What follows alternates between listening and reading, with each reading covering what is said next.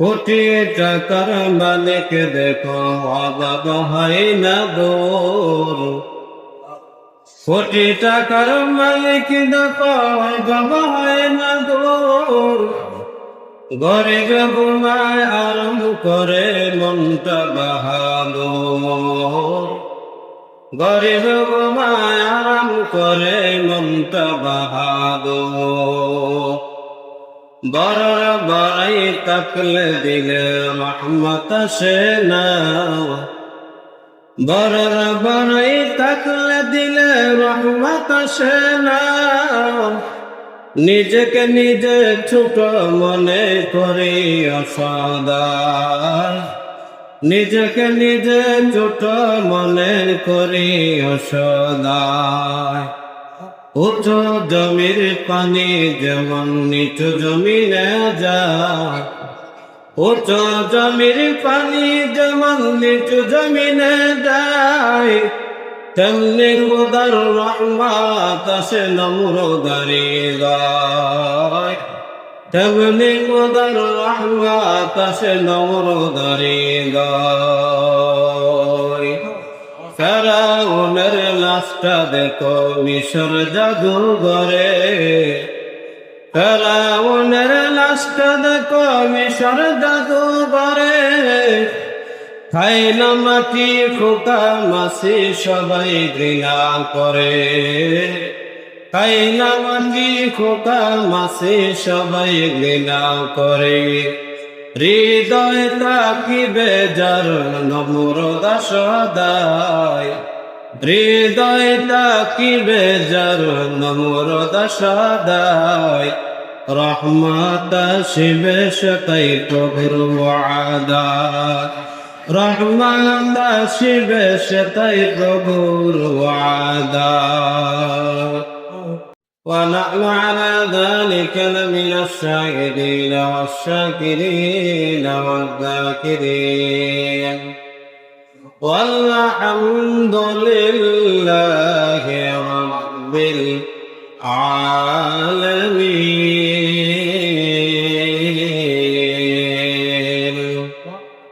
إن الله وملائكته يصلون على النبي يا أيها الذين آمنوا صلوا عليه وسلموا تسليما.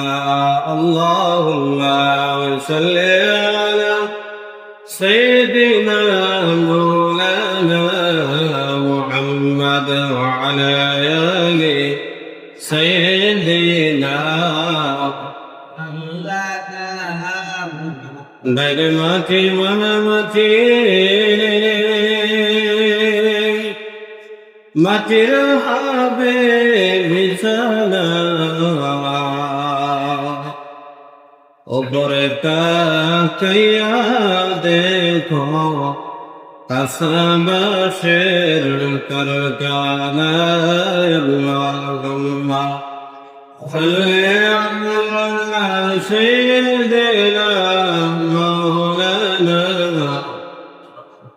وعلى آل سيدنا مولانا محمد. لا إله إلا الله محمد رسول الله صلى الله عليه وسلم. কোটি টাকার মালিক দেখো অভাব হয় না দূর। কোটি টাকার মালিক দেখো অভাব হয় না দূর। গরিব ঘুমায় আরাম করে মনটা বাহাদুর। গরিব ঘুমায় আরাম করে মনটা বাহাদুর। বড় বড়াই তাকলে দিলে রহমত আসে না। বড় বড়াই তাকলে দিলে রহমত আসে না। নিজেকে নিজে ছোট মনে করি অসদায়। নিজেকে নিজে ছোট মনে করি অসদায়। উঁচু জমির পানি যেমন নিচু জমিনে যায়, উঁচু জমির পানি যেমন নিচু জমিনে যায়, তেমনি খোদার রহমত আসে নমরুদারি গায়, তেমনি খোদার রহমত আসে নমরুদারি গায়। ফেরাউনের লাশটা দেখো মিশর জাদুঘরে, ফেরাউনের লাশটা দেখো মিশর জাদুঘরে, খায় না মাটি খোকা মাসি সবাই ঘৃণা করে, খায় না মাটি খোকা মাসি সবাই ঘৃণা করে। হৃদয় তাকিবে যার নমরুদ সদায়, হৃদয় তাকিবে যার নমরুদ সদায়, রহমত আসিবে সেটাই প্রভুর ওয়াদা, রহমত আসিবে সেটাই প্রভুর ওয়াদা। আসসালামু আলাইকুম ওয়া রাহমাতুল্লাহি ওয়া বারাকাতুহু। আল্লাহ পাক রব্বুল আলামিন আমাদেরকে এমন একটি সম্মানী জায়গায় আসার এবং বসার তৌফিক দিয়েছেন, যাকে বলা হয়েছে সর্বশ্রেষ্ঠ জায়গা। যাকে বলা হয়েছে পৃথিবীর ভিতরে ঠিক আর পবিত্র জায়গা হতে পারে না। আর সব থেকে নিকৃষ্ট জায়গা হলো বাজার। এখন বর্তমানে দোকানপাট, দোকানপাটে কি কোরআন তেলাওয়াত কথা কয় না? কোরআন তেলাওয়াত যা আছে গীবত, মানুষের দোষ চর্চা, মানুষের দুষ্করুটি, এই দোকানপাটে গেলে বোঝা যায় মানুষের মুখের গালি, ঠিক না? তাহলে দোকানপাট সবথেকে নির্দিষ্ট জায়গা, এই কথাটা কি ভুল? এই হাদিসটা কি ভুল বলছে? ভুল বলে নাই। গেলে বোঝা যায় যে এটা সবথেকে নিকৃষ্ট জায়গা। তারপর আমরা কেন যাই? দুইটা কথা বলবো। আমরা যাই দোকানে যাই আমরা জরুরত সারার জন্য। কি সারার জন্য? জরুরত কি? সাবান লাগবো, পাউডার লাগবো, বিভিন্ন ধরনের বাজার করতে লাগবো।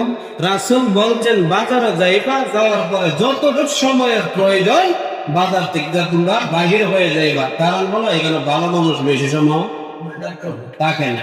তাহলে প্রয়োজনের সময়টা চা খাইতে যতটুকু সময় লাগে, চা খাইতে কি যতটুকু সময় লাগে এতটুকু সময় বসবেন। এক চা খাইতে 1 ঘন্টা লাগাইলেন, ঠিক না? এক চা খাইতে বড় জোরে 5 মিনিট, এর থেকে বেশি লাগার কথা।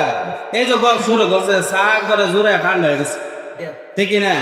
তাহলে দোকানপাটে যেহেতু যান আপনারা, আমরা যাই, তাহলে সময়টা কি যতটুকু প্রয়োজন এতটুকু থাকবো। না হলে এই জায়গার ভিতরে আনার গজব নাযিল হয়, খারাপ জায়গা, এই জায়গা খারাপ জায়গা। দ্বিতীয়ত রাসূলুল্লাহ সাল্লাল্লাহু আলাইহি ওয়াসাল্লাম সাহাবীদেরকে জিজ্ঞাসা করতে বাড়ির মধ্যে গিয়া, যে সাহাবী আপনার স্ত্রী গিয়া জিজ্ঞাসা করতে সাহাবীদের স্ত্রীকে যে আপনার স্বামী কোথায় গেছে? মসজিদে গেছে। কোন সময়? কই দাঁড়িয়ে না, কোন সময় কোন জায়গায় গেছে? মসজিদে। আরেকবার গিয়ে আরেক সাহাবীর স্ত্রীকে গিয়া বলতেছে আপনার স্বামী কোথায় গেছে? বাজার। কোন সময়? আপনি দাঁড়ায় থাকতে থাকতে আইসে বলবো। এগুলো সাহাবীদের আমল। আর আমাদের আমল মসজিদে যদি আয়ে, তাহলে গিয়ে আপনার স্ত্রী যে কোন সময় আইব? আপনি দেখেন 5 মিনিট সময় লাগবে, দেখবেন আপনার সামনে হাজির হয়ে গেছে, ঠিক না? হ্যাঁ, নামাজের অবস্থা থেকে কইলেতে পারে স্ত্রী 5 মিনিটের ভিতরে আইব। আর বাজারে গেলে আপনার স্ত্রী যে গেলে কি কইব? কোন সময়? আমরা কি সাহাবীর উল্টা তাদের সাথে মিল আছে? সাহাবীর উল্টা লাগার কারণে আমাদের সমাজে শান্তি না অশান্তি। সাহাবীদের যুগে শান্তি আছিল না অশান্তি? তাদের ঘরে জান্নাত ছিল। সাহাবীদের ঘরে কি ছিল? জান্নাত। যদিও অভাব ছিল, যদিও কি অভাব, কিন্তু তাদের ঘরটা জান্নাতের টুকরা ছিল। আমাদেরও জান্নাতের টুকরা বানানো যাবে যদি ওই তাদের আমল অনুযায়ী, তাদের নীতি রীতি অনুযায়ী যদি আমরা চলি, ঠিক না? তাহলে আমি কোরআনের আয়াত সূরাতুল মাইদা 27 নম্বর আয়াত তেলাওয়াত করেছি। অল্প একটু শুধু আমরা যে কোরআনের আয়াতের শুধু অল্প একটা আয়াত আমরা অনুবাদ করব এবং একটা ইতিহাস টানব। আল্লাহ রাব্বুল আলামিন, আমরা মনে করি নবী মুহাম্মদুর রাসূলুল্লাহ সাল্লাল্লাহু আলাইহি ওয়াসাল্লামের যুগ থেকে মনে হয় কুরবানি চালু হয়েছে। আমরা মনে করি হযরত ইব্রাহিম আলাইহিস সালাতু ওয়াস সালামের জামানাত থেকে মনে হয় কুরবানি চালু হয়েছে। না না, আল্লাহ রাব্বুল আলামিন নবী করিম সাল্লাল্লাহু আলাইহি ওয়াসাল্লামকে জানিয়ে দিলেন কুরআনুল কারীমের সূরাতুল মাইদার 27 নম্বর আয়াতের মধ্যে, ও নবী শুনিয়ালেন আপনার সাহাবীদেরকে, আমার বান্দাদেরকে আপনি এই আয়াতটা তেলাওয়াত করে শোনায়া দেন। হযরত আদম আলাইহিস সালাতু ওয়াস সালামের জামানা থেকে কুরবানি শুরু হয়েছে। প্রথম মানব দিকে হযরত আদম আলাইহিস সালাতু ওয়াস সালামের দুই পুত্র কয়জন? একজনের নাম কি? একজনের নাম হলো কাবিল, আরেকজনের নাম হাবিল। আমরা অল্প কিছু সবাই জানি কম বেশি। তাদের নিয়ম ছিল মা হাওয়া আলাইহিস সালাতু ওয়াস সালামের গর্ভে দুইজন সন্তান একসঙ্গে আইত। কয়জন? দুইজন একসঙ্গে আইত, একটা ছেলে আর একটা মেয়ে। দুইটা ছেলে আসতো না, দুইটা মেয়ে আসতো না, একটা ছেলে একটা মেয়ে। তাদের বিধান ছিল যে যমজ সন্তান আসতো মেয়ে এবং ছেলে, তাদের বিবাহ হারাম ছিল। তাদের বিবাহ কি হারাম? এক জোড়ার ছেলে আরেক জোড়ার মেয়ে, আরেক জোড়ার ছেলে আরেক জোড়ার মেয়ে, এইভাবে তাদের কি হইতো? বিবাহ। তাদের কি হইতো? বিবাহ হইতো। তাহলে তুলনামূলক ভাবে তাদের বিয়ে হাবিলের বোনকে কাবিল বিবাহ করবে আর কাবিলের বোনকে হাবিল বিবাহ করবে। কিন্তু তুলনামূলক ভাবে হাবিলের বোনের তুলনা অনুযায়ী কাবিলের বোন সুন্দরী ছিল। কি ছিল? দুইটা কারণ। এক নম্বর হলো কাবিলের বোনের জন্ম হয়েছিল জান্নাতে। কোন জায়গায়? জান্নাতে হওয়ার কারণে কি ছিল? সুন্দরী, বেশি সুন্দর ছিল। আর হাবিলের বোনের জন্ম হয়েছিল দুনিয়ার জমিনে, তার কারণে সুন্দর একটি কি ছিল? বোন ছিল। তার কারণে কাবিল এটা মাইনে নিতে পারে নাই, না আমার বোনকে আমি কি করব? বিবাহ করব। তখন আল্লাহ রাব্বুল আলামিন বিধান চালু করে দিয়েছেন, যদি তারা পরীক্ষার যে পাশ করবে, যার কুরবানি কবুল হবে, সেই কাবিলের বোনকে বিবাহ করবে। সুবহানাল্লাহ। কি করবে? বিবাহ করবে। তাহলে কুরবানি দিতেন হযরত আদম আলাইহিস সালাতু ওয়াস সালাম তাদেরকে বললেন, কুরবানির একটা ব্যবস্থা করো, তুমি কিছু আনো, তুমি কিছু আনো, একটা নির্দিষ্ট জায়গার মধ্যে রেখে দিবা, আর যারটা কবুল হবে ওগুলো কোন দিয়ে আইসা এটা জ্বালাইয়া দিল। সুবহানাল্লাহ। কি করবো? না জ্বালাইয়া দিব, পুরাইয়া দিব। যারটা জ্বালাইয়া পুরাইয়া দিব, বুঝবা তার কুরবানি কবুল হয়ে গেছে। তার কুরবানি কি? বাবা আদম আলাইহিস সালাতু ওয়াস সালামের এই কথা শুনিয়া কাবিল কৃষিকাজ করত, বিভিন্ন ধরনের ফল ফলাদি ফলাইতো। আর হযরত হাবিল তিনি সবসময় বোম্বা বেশ পালন করত। হাবিল সব থেকে সুন্দর বোম্বাটা আল্লাহর নামে কুরবানি ওই জায়গার মধ্যে রেখে দিয়েছি, সব থেকে সুন্দর। আর কাবিলের মনে সন্দেহ ছিল এইটা কোনোদিন হতে পারে নাই, আল্লাহ এটা কোনোদিন করবে নাই। তারপরে সব জায়গা ফসা গান্দা সব নিয়ে ওই জায়গার মধ্যে রাখছে। জায়গার মধ্যে কি আল্লাহ কি ফসা গান্দা পছন্দ করে? পছন্দ করে নাই। এই সময়ে হযরত আদম আলাইহিস সালাতু ওয়াস সালাম দুই সন্তানকে বললেন, হাবিল আর কাবিল তোমরা একটু দূরে সরে যাও, দেখবা একটু পরে আসমান থেকে একটা অগ্নিকুণ্ড আইসা ধাক্কা করবে, তারটা জ্বালাইয়া দিবে। একটু পরে দেখতেছে দুই ভাই তাকাইয়া আসমানের দিকে তাকাইয়া অগ্নিকুণ্ড জমিনের দিকে নামতেছে, আর হাবিলের দুম্বাটা জ্বালাইয়া পড়াইয়া নিয়ে গেছে। কাবিল তো রাগান্বিত হয়ে গেছে। কাবিল নিয়েছে রাগান্বিত হয়ে গেছে, তারটা কবুল করছে। তখন কাবিল সিদ্ধান্ত নিয়েছে, এইভাবে যদি আমি আমার বোনকে বিবাহ না করতে পারি, কাবিলকে হুমকি দিছে তোমার আমি হত্যা করবো। কাবিলকে কি করলেন? হ্যাঁ, হুমকি দেওয়া বলতেছে তোমাকে আমি কি করব? তোমাকে আমি হত্যা করব। তখন আল্লাহ রাব্বুল আলামিন কোরআনের আয়াতের মধ্যে বলেন, ইন্নামা ইয়াতাকাব্বালুল্লাহু মিনাল মুত্তাকিন।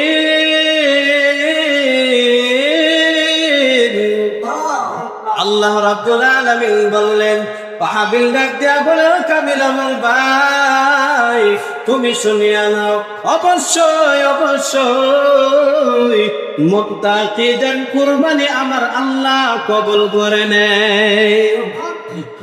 কাদের কুরবানি? যারা মুত্তাকি, যারা সবথেকে বেশি পরহেজগার, যাদের অন্তর ভালো, তাদের কুরবানি কি করে আল্লাহ কবুল করে নেয়। তারপরে হাবিল কি করলো? বললেন, আমাকে হত্যা করতে পারো, আল্লাহর বিধান থেকে এক চুল পরিমাণ আমি লড়ব না, এক বিন্দু পরিমাণ আমি লড়ব না, এক সুতা পরিমাণ আমি লড়ব না, আমাকে হত্যা করে ফেললো। এই পর্যায়ে হত্যা করে নিল, কিন্তু আল্লাহর বিধান অনুযায়ী কাবিল ও ধ্বংস হয়ে গেল। তাহলে এখনো যারা কুরবানি দিব মুত্তাকি হতে হবে। কে দিব? মুত্তাকি না। হযরত ইব্রাহিম আলাইহিস সালাতু ওয়াস সালাম কোরআনের আয়াত বিভিন্ন জায়গাতের মধ্যে বলেন, স্বপ্নে একদিন 2 দিন আল্লাহ রাব্বুল আলামিন জানিয়ে দিলেন, ও ইব্রাহিম তুমি আমার সবথেকে পছন্দের নবী একজন, সবথেকে পছন্দের নবী হওয়া সত্ত্বেও আমি তোমাকে স্বপ্নের যুগে আমি দেখাই দিলাম, তোমার সবথেকে পছন্দের জিনিস, তোমার সবথেকে কাছের জিনিসটা কুরবানি দিয়ে দাও। সর্বপ্রথম দিন চিন্তা করতে করতে চলে গেল, দ্বিতীয় দিন চিন্তা করতে করতে চলে গেল, তৃতীয় দিন স্বপ্নে আমার আল্লাহ জানিয়ে দিলেন, ও ইব্রাহিম যাও যাও তোমার পছন্দ অনুযায়ী, তোমার পছন্দ যেটা হয় ওইটা তুমি কুরবানি দিয়ে দাও, তোমার সবথেকে কলিজার টুকরাকে তুমি কুরবানি দিয়ে দাও। তখন ইব্রাহিম আলাইহিস সালাতু ওয়াস সালাম বললেন, আমার সবথেকে পছন্দের, সবথেকে কাছের, সবথেকে কলিজার টুকরা একমাত্র ইসমাইল ছাড়া আর কেউ না, ইসমাইল ছাড়া আর কেউ না।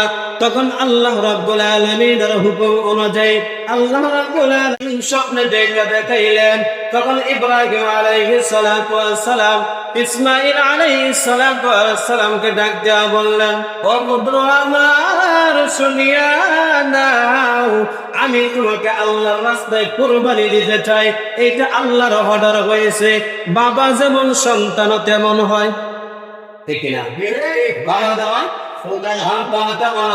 সন্তান ডাক দেয়া বলে, বাবা আপনি আর অপেক্ষা করবেন না, আপনি আর বার চাইবেন না, আপনি এখন শুরু করে দেন, কোন জায়গার মধ্যে যাইতে হবে, কুরবানি দিতে হবে, আমি প্রস্তুত আছি। কি আছে? প্রস্তুত আছি। বাবা আপনি রেডি করেন।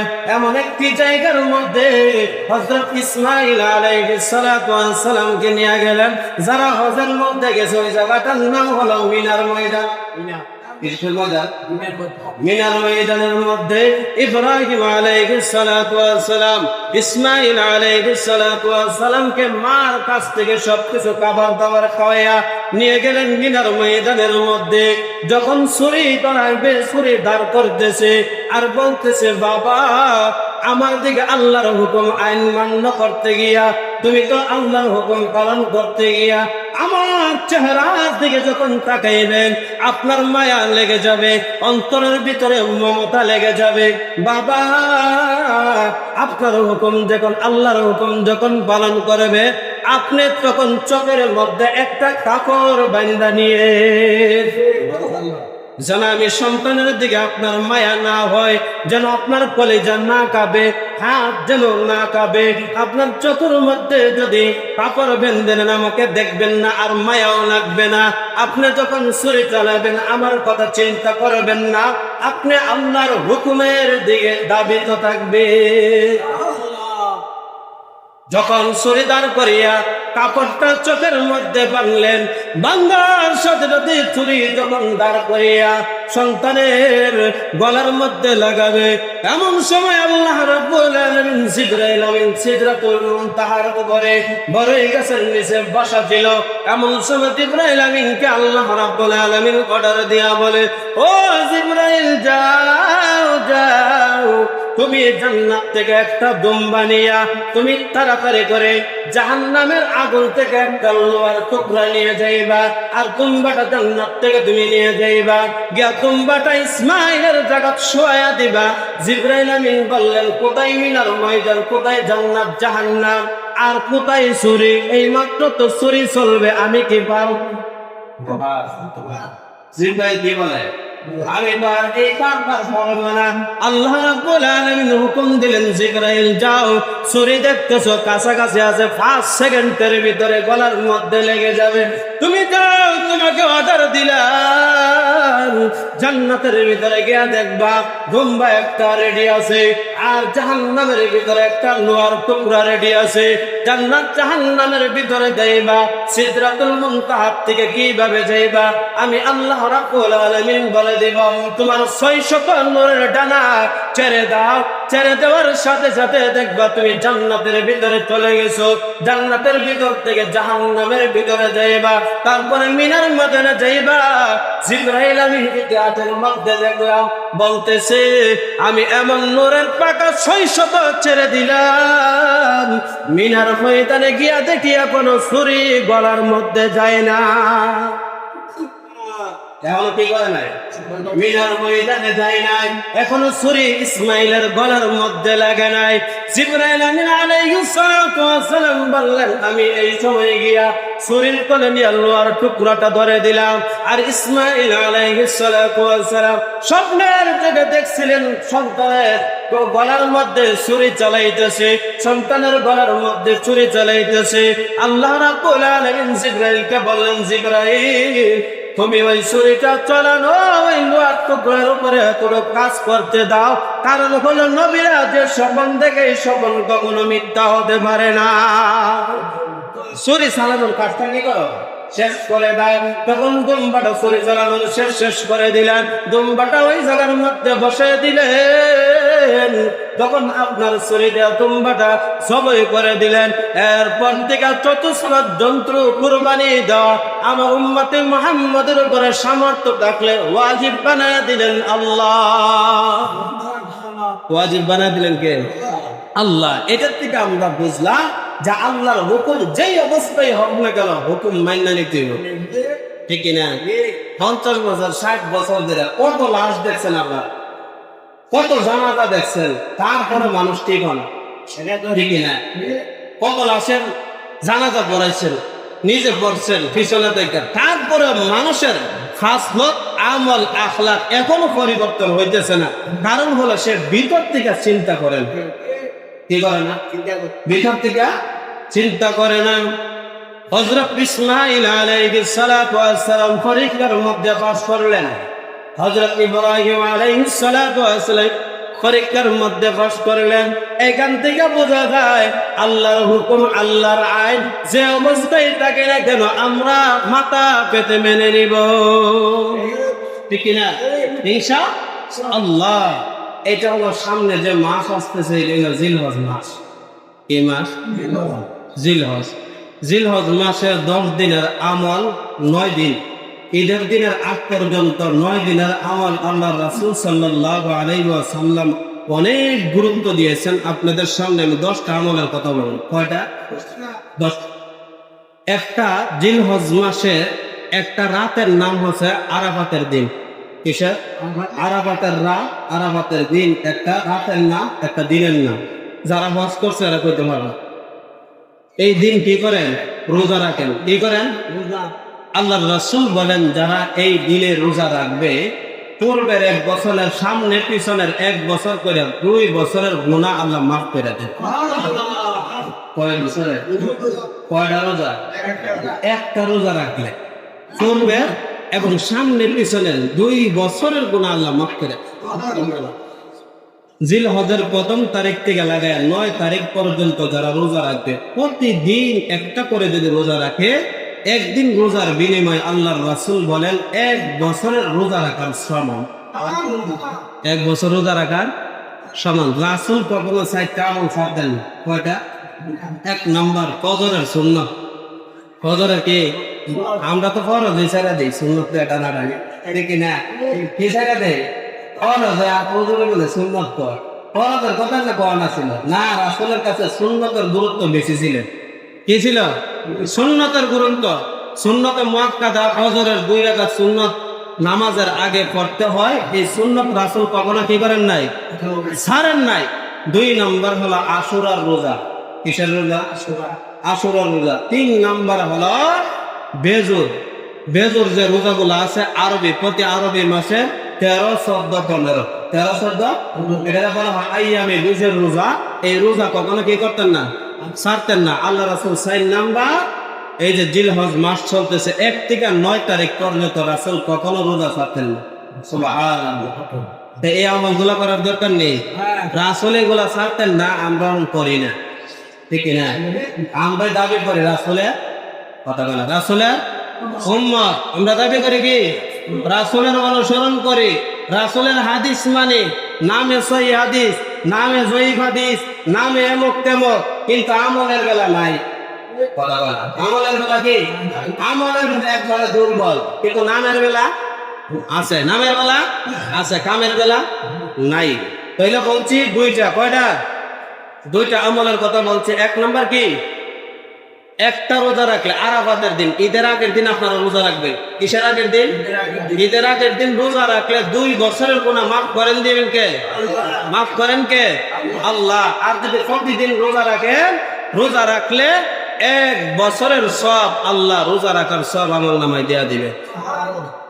3 নাম্বার কুরআনুল কারীমের একটি সূরার মধ্যে বলেন ওয়াল ফাজরি ওয়া লায়ালিন আশর, আল্লাহ বলেন শপথ ওই ভোরবেলা আর শপথ ওই 10 দিনের, যে দিনটা বোঝানো হয়েছে জিলহজ মাসের 10 দিন। সুবহানাল্লাহ। জিলহজ মাসের কি 10 দিন সব আছে নি? আর আমরা যারা কোরবানির নিয়ত করব, আমলগুলো ভালো করে জানবেন। কোরবানির কি করব? নিয়ত করব। আমরা কি করব না? নখ চুল আর যত কি যা কিছু আছে আমরা আগে ভাগে পরিষ্কার হয়ে নিব ইনশাআল্লাহ। নখ জিলহজ মাস 7 ঢোকার আগে পরিষ্কার করে নেবেন। এরপরে 10 দিন আর কাটবেন না।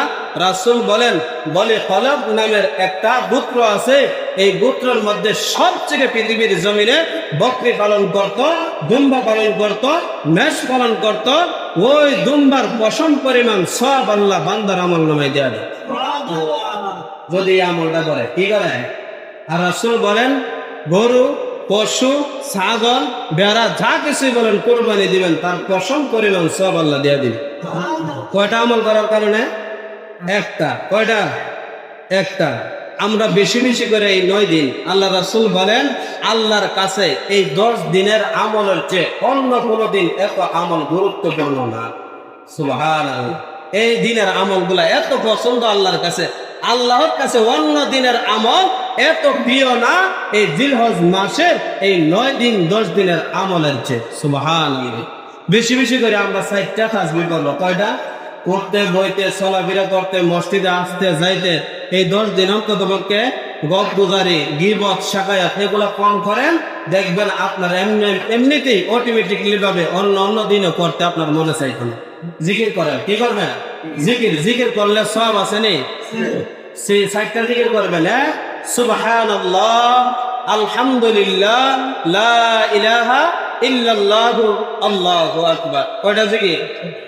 সুবহানাল্লাহ, আলহামদুলিল্লাহ, লা ইলাহা ইল্লাল্লাহু, আল্লাহু আকবার। রাসূল বলেন এই দিনে তোমরা বেশি বেশি করে 4টা বাক্য জিকির করো, ফজিলতপূর্ণ জিকির। আল্লাহ তাআলা যেন কবুল করেন। সকলে বলে আমিন। আরাফাতের দিনের রোজা আমরা তাকবীরে তাশরিক কি করব? তাকবীরে তাশরিক আমরা আরাফাতের দিন থেকে ফজর থেকে লাগাইয়া এবং আমরা 13 তারিখ আসর পর্যন্ত, কয় তারিখ? 13 তারিখ আসর পর্যন্ত তাকবীরে তাশরিক একটা বলা হয়। কি বলা হয়? তাকবীরে তাশরিক। লা ইলাহা আল্লাহু আকবার, আল্লাহু আকবার, লা ইলাহা ইল্লাল্লাহ, আল্লাহু আকবার, আল্লাহু আকবার, ওয়ালিল্লাহিল হামদ। এটাকে কি বলা হয়? তাকবীরে তাশরিক। অন্তত পক্ষে 3 বার প্রত্যেক ফরজ নামাজের পরে। কয়বার? 3 বার। আল্লাহু আকবার, আল্লাহু আকবার, লা ইলাহা ইল্লাল্লাহু, আল্লাহু আকবার, আল্লাহু আকবার, ওয়ালিল্লাহিল হামদ। বেশি বেশি দান সদকা করা, বেশি বেশি কি করা? দান সদকা করতে হবে। দান সদকা বলে কিভাবে? আল্লাহ রাব্বুল আলামিন কুরআনুল কারীমে বলেন তোমরা মৃত্যু পর্যন্ত 3টা আমল করবে। কয়টা? ইন্নাল্লাযীনা ইউকিমুনাস সালাত, ইন্নাল্লাযীনা আনফাকু ওয়া ইউকিমুনাস সালাতা ওয়া আনফাকু মিম্মা রাযাকনাহুম سرا وعلانية يرجون تجارة لن تبور আল্লাহ বলেন এক নাম্বার তোমরা 5 ওয়াক্ত সালাত করো কি 5 ওয়াক্ত আমরা পড়িনি কতক্ষণ পড়িনি 5 ওয়াক্ত আল্লাহ নিজে বলতেছে কিসের জন্য মাফ চাই গুনার জন্য মাফ চাই আত্তে বইতে ইস্তেগফার করবেন বেশি বেশি কইরা কোরআন তেলাওয়াত করা কি করা কোরআন তেলাওয়াত বলে কোরআন তেলাওয়াত কি বলে 5 ওয়াক্ত নামাজের পরে যদি আমরা কোরআন তেলাওয়াত যদি পুরাটা নাও পারি সূরা ইখলাস তো পারি সূরা কি قل هو الله أحد الله الصمد لم يلد ولم يولد ولم يكن له كفوا أحد সূরা ফাতিহা পড়ে তিনবার ইখলাস শরীফ করবেন এক খতম কোরআন শরীফের সওয়াব আমল নামে দিয়ে দিবেন তাই বেশি মারার দরকার নেই সূরা ফাতিহা পড়বেন সূরা ইখলাস করবেন আল্লাহ তাআলা সওয়াব আপনার আমল নামে ঢুকায় দিবেন 9 নম্বর ঈদুল আযহার নামাজ আদায় করা কি করা ঈদুল আযহার নামাজ আদায় করা আগে বাগে আসতেই হয় অনেক কপাল করা আছে ঈদের নামাজ হয় না আছে না না কত রোজারি দেখছি আমরা নামাজ পড়ে দিই যা নামাজ দেয় আইতে আছে কি কাজ কি ব্যস্ত জুম্মার নামাজ তো পড়েই না 5 ওয়াক্ত তো পড়েই না জানাজার নামাজ পড়ে আর ঈদের নামাজও পায় না বুঝলেন না কথা কে নামাজ পড়ে 5 ওয়াক্ত পড়লে পড়বে না বললে নাই জুম্মা পড়লে পড়বে না বললে নাই ঈদের নামাজ পড়লে পড়বে না বললে নাই অন্যান্য নামাজ পড়লে পড়বে না বললে নাই কিন্তু জানাজার নামাজ মিস দেন দিতে বুঝলেন না কথা হ্যাঁ 5 ওয়াক্ত নামাজ পড়া কি পড়াই আর জানাজার নামাজ পড়লে কোনো গোনা নাই জানাজার নামাজ না পড়লে কি নাই গোনা নাই ইটা ধরে রাখে আর এটি ছেড়ে দে বাপ মারা ছেড়ে দিয়া শ্বশুর শাশুড়ের সেবা করে এরকম কমল মোড়া আছে নি হ্যাঁ তারারও এই দোষা যেটি জানাজা করে আর ঈদের নামাজ শুধু পড়ে এটি শ্বশুর শাশুড়ের খেদমত করে মা বাবার খোঁজ নাই বুঝেনি কথা তাহলে 10 নম্বর সামর্থ্য থাকলে কোরবানি করা 10 নম্বর কি সামর্থ্য থাকলে কোরবানি করা আমি এই কথাটা বলি মনোযোগ দিয়ে শুনেন এই মাসালাটা কিন্তু প্রত্যেক ঘরে ঘরে ফিট করে 10 জন যদি কামাই করি না কেন কয়জন 10 জন যদি থাকে এই 10 জনে আপনার যদি এই নেশাব পরিমাণ যদি মালের মালিক থাকে নগদ টাকা স্বর্ণ রূপা মিলে যদি নেশাব পরিমাণ প্রত্যেকটা 10 জন সদস্য যদি থাকে 10 জন সদস্যের পক্ষ থেকে কুরবানি দেওয়া ওয়াজিব কি বলছে আমি বলেন তো সাইর ছেলে আমার নিজের দেখা সাইর ছেলে কামাই করে বিদেশ থেকে টাকা বিকল্পী মাসে কাটা বাপের নামে কোরবানি দেয় কার নামে কোরবানি আইব কোরবানি কার উপরে খরচ আছিল কোন ওয়াজিব কার উপরে আছিল যে কামাই করে তার উপরে কোরবানি ওয়াজিব আছিল বাপ মার নামে কোরবানি দিয়া তারা গুনাহগার হইতাছে তারা কি হইতাছে গুনাহগার কারণ তার উপরে ওয়াজিব বাপ মার উপরে কোরবানি ওয়াজিব না কারণ তারা এখন কামাই করতে পারে না ধন সম্পদ যদি নেশাব পরিমাণ বাপ মার থাকে তাহলে বাপ মার পক্ষ থেকে কোরবানি দেওয়া ওয়াজিব আল্লাহ যেন আমাদের সবাইকে বোঝার মতো তৌফিক দান করেন সকলে বলে আমিন জুম্মার নামাজ 1 মিনিট 2 মিনিট দেরি হলে তার সহ্য না আছে না একদম 1 মিনিট 2 মিনিট দেরি হলে সহ্য না কিন্তু দোকানে ঘন্টার পর ঘন্টা বের হয় আছে না এইরকম মানুষ কমিটির মানুষে এরকম বিরোধিতা করে বলে হুজুর 1 মিনিট 2 মিনিট আমরা মিলাইতে গিয়া হয়তো দেরি হইতে পারে এরকম কথা কই না নাই যে কমিটি নামের কলঙ্ক বুঝলেন না কথা কমিটি নামের কি কলঙ্ক কারণ হলে হুজুরের সব সুবিধা বুঝে না হুজুরের কি একটা কথা মিলাইতে গিয়া হয়তো 1 মিনিট দেরি হইতে পারে 2 মিনিট দেরি হইতে পারে কিন্তু এটাও সহ্য করে না কারণ হলে এদের নামাজই করে না আসল কথা ঠিক না আল্লাহ আমাদের সবাইকে বুঝার মতো তৌফিক দান করেন সকলে